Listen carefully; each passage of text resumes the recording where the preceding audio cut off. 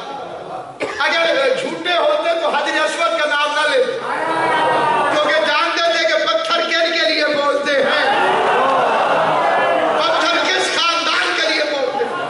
حجر اسود کے سامنے گئے, محمد حنفیہ نے سلام کیا, اس نے کوئی جواب نہیں. ایک بزرگ کا ادھورا بیان پبلک نقل کرتی ہے کہ اس نے حجر اسود کو چوم کے کہا, تجھے چومنے کا کوئی فائدہ نہیں نہ کوئی نقصان, تجھے اس لیے چوم رہا ہوں کہ حضور نے چوما تھا. اتنا پڑھ کے بندے چپ ہو جاتے ہیں, یہ نہیں بتاتے کہ ان کے دلوں میں چھپی ہوئی پرانی بت پرستی نے گدگدی کر رہی تھی. آپ کو پتا ہے کہ سید اور غیر سید میں کیا فرق ہے. اگر کوئی سید زیادہ نماز پڑھے اور اس کے سامنے آگ پڑی تو اس کی نماز جائز.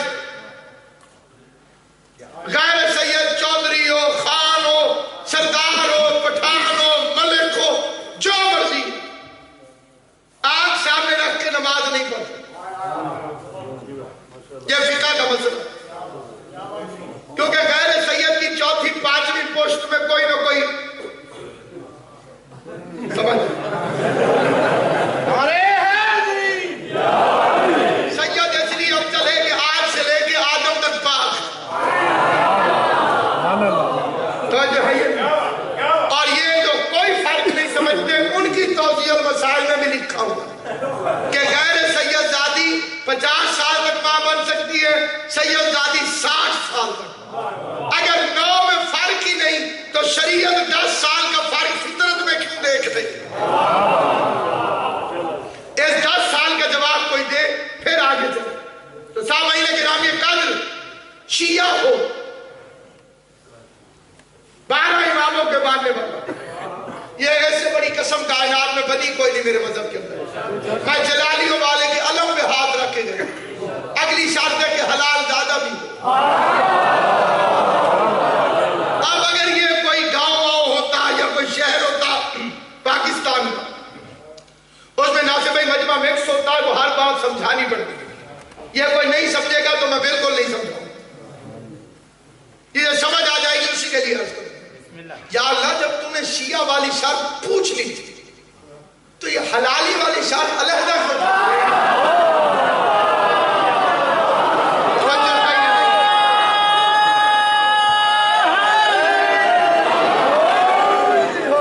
آپ سے میں یہ کنفرم کر لوں کہ آپ لندن میں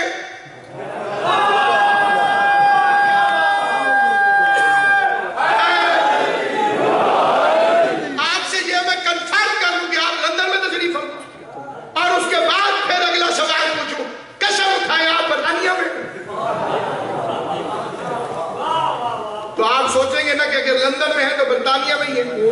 میں سمجھتا تھا سارے شیعہ حلالی ہوتے ہیں. اللہ نے شیعہ والی شرط پہلے رکھی, حلالی والی شرط بعد میں رکھی. جس کے پیچھے نماز پڑھو شیعہ بھی ہو اور حلالی بھی ہو. یا اللہ کیسے پتا چلے کہ شیعوں میں حلالی نہیں بھی ہوتے؟ تو ممکن ہے اسی لیے یا علی مدد کا اصول بنایا. نماز پڑھنے سے پہلے کہو یا علی مدد.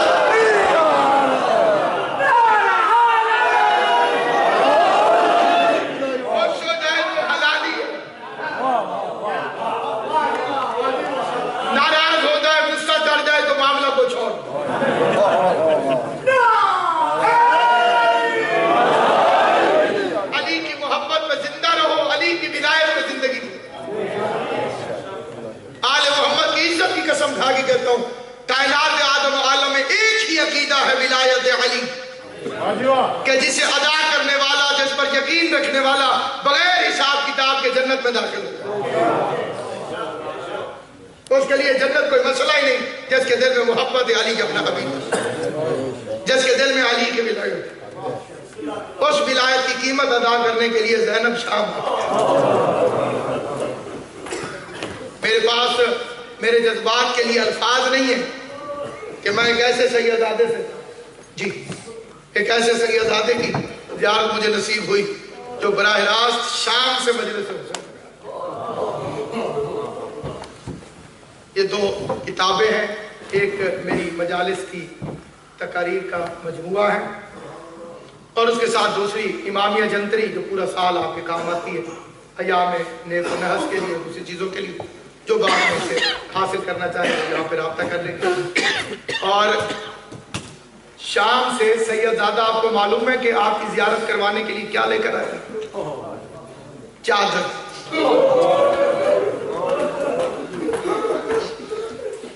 میں نے تجربہ کر کے دیکھا ہے کہ جو کربلا سے آتا ہے وہ کفن لے کر آتا ہے اور جو شام سے آتا ہے وہ چادر لے کر، جسے کفن نہیں دیا تھا وہ کفن بانٹ رہا تھا، جسے چادر نہیں دی تھی وہ پوری کائنات میں چادر کا۔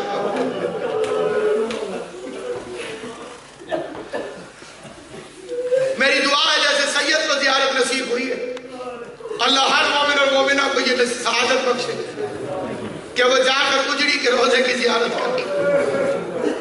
بیٹیوں والے سوچنا ضرور کہ علی کی بیٹی شام کیوں چلی؟ اگر علی کی بیٹی نہ ہوتی تو حسین کی نسل ختم ہو جاتی۔ یہ محافظہ نسل حسین ابن علی۔ ایسے ہی اندھیرے میں 2 دفعہ سجاد ذبح ہو رہا تھا جب اس بی بی زینب نے اپنی گردن سجاد کی گردن پہ رکھا۔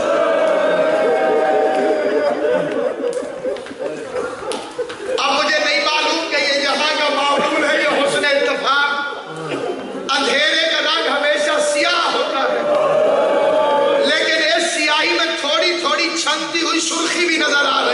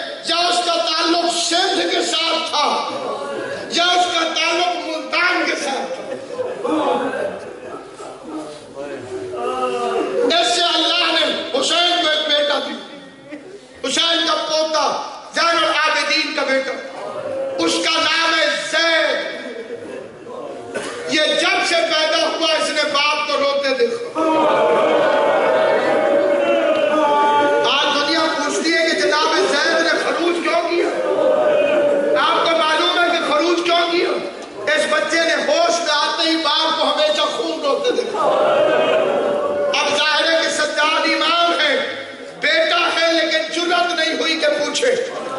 لیکن جب یہ 5 سال کا ہوا تو اس نے محمد باقر کی جھولی میں سر رکھا اور لوگ یہ کہنے لگا باقر بابا ہر وقت روتا کیوں ہے؟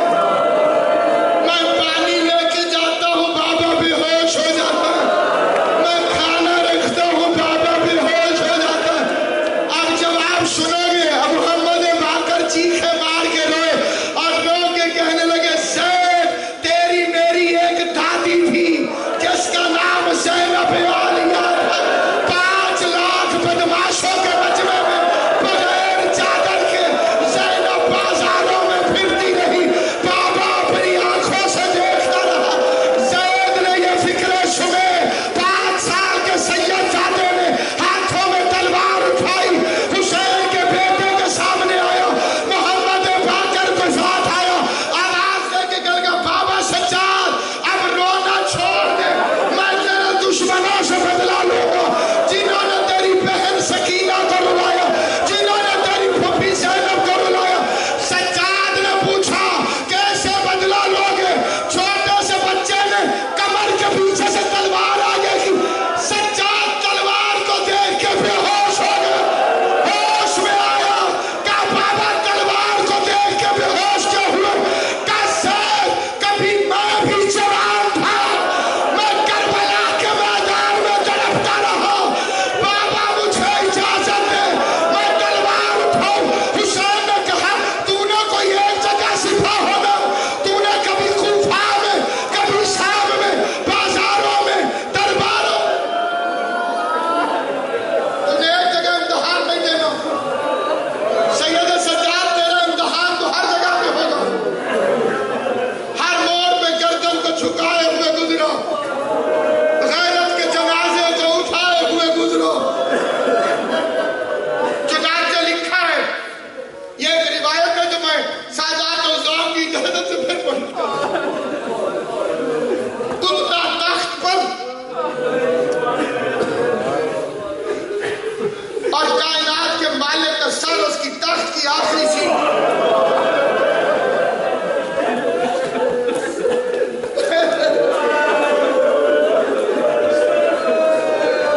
بغیرت کے ہاتھوں میں خیزران کی چھڑی تھی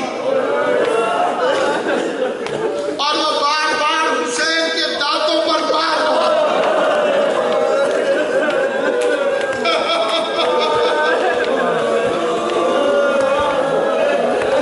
اس بغیرت نے بآواز بلند کہا کاش آج میرے بڑے زندہ ہوتے،